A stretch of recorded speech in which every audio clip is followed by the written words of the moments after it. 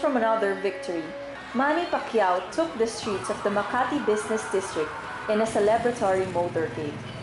With thousands of bystanders and onlookers from the towering offices, traffic certainly stopped for the boxing icon. From Makati City Hall, Pacquiao's entourage then traversed JP Rizal, Chino Roses, Buendia, and Ayala Avenue.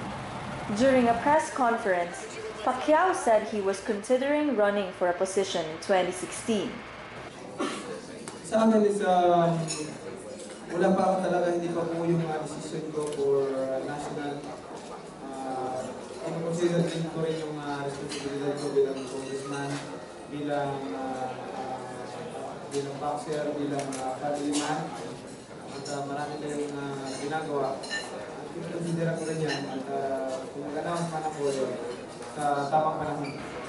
He also said Mayweather, who posted a video of him being knocked out, should stop with all the nonsense and fight him.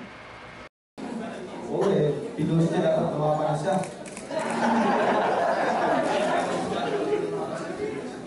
Kung nag-post ka ng gano'n, hindi dapat tumama na siya dahil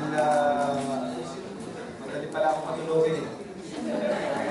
Di ba? Ganun eh. Madali pala akong patulogin, so tumama na niya, tumama na siya. This is Christine Sabillo reporting for Inquirer.net.